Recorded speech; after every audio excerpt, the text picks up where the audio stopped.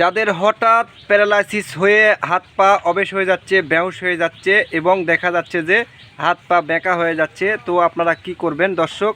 যদি কারো এরকমটা সমস্যা হয়ে থাকে, হঠাৎ প্যারালাইসিস হয়ে হাত পা বেঁকা হয়ে যাচ্ছে, হাত পা বেহুশ হয়ে যাচ্ছে, অবেশ হয়ে যাচ্ছে, যদি কারো করে থাকে, তাহলে আজকের ভিডিওটি তাদের জন্য অত্যন্ত গুরুত্বপূর্ণ।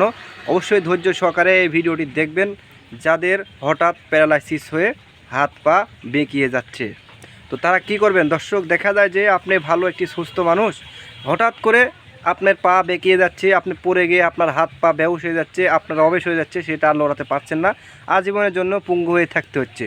এবং আজকের এই ভিডিওটি আপনারা ডাউনলোড করে আপনারা রেখে দিন, আজ না হলেও কাল দরকার হতে পারে। কখন কার যে কম কাজে লাগবে সেটা কিন্তু কেউ জানে না।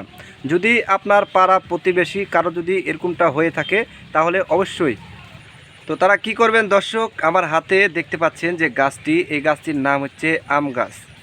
সর্বপ্রথম আপনাদেরকে এই আম গাছটি খুঁজে বের করতে হবে যাদের হঠাৎই প্যারালাইসিস হয়ে হাত পা বেঁকিয়ে গেছে, জিন ধরে গেছে, আর সোজা করতে পারছেন না। তারা এই আম গাছটি খুঁজে বের করে আপনাদের কি করতে হবে? এই যে আমের দেখতে পাচ্ছেন ছোট একটি আম গাছ, এই আম গাছটি থেকে এই যে আমের আটিটা নিতে হবে। এই যে দেখতে পাচ্ছেন, এই আটিটা আপনাদের সংগ্রহ করতে হবে।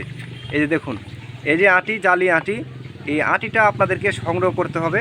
সংগ্রহ করে নিয়ে আপনারা কি করবেন? দেখুন, এই যে আমার আটি, যে জালি আটি, এই জালি আটিটা আপনাদের কি করতে হবে? সংগ্রহ করতে হবে। সংগ্রহ করে নিয়ে বাসায় চলে আসবেন।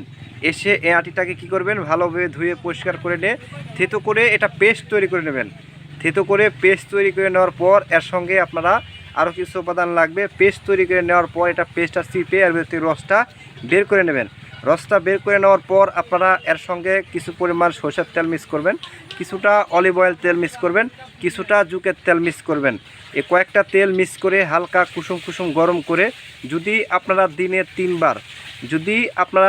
3 বার ওই প্যারালাইসিস হওয়া রুগীর যে হাত, যে পারে ডান পার হোক বাম পারে হোক, হাত হোক বা হোক, যেটা বেহুশ হয়ে গেছে, অবেশ হয়ে গেছে, সেই জায়গায় যদি আপনারা দিনে 3 বার মালিশ করতে পারেন একটানা 15 দিন, তাহলে আপনাদের হঠাৎ প্যারালাইসিস হওয়া এই জিনিসটি, এই রোগটি আস্তে আস্তে দূর হয়ে যাবে। আস্তে আস্তে সেই প্যারালাইসিস হওয়া রোগীটি সুস্থ হয়ে যাবে এবং ভালো হয়ে যাবে। আপনারা চাইলে একটাবার ব্যবহার করে দেখতে পারেন। আল্লাহ পাকের উপরে বিশ্বাস করে, আল্লাহ পাকের রহমতে আপনাদের যে হঠাৎ প্যারালাইসিস হয়ে গেছে, এই রোগটি আস্তে আস্তে ধীরে ধীরে আপনাদের সেরে যাবে, ভালো হয়ে যাবে। অল টাইম আপনারা দিনে 3 বার এই গাছটি ব্যবহার করুন। ব্যবহার আজকে করবেন, কালকে করবেন না, এভাবে করলে কিন্তু কোনো কাজ হবে না।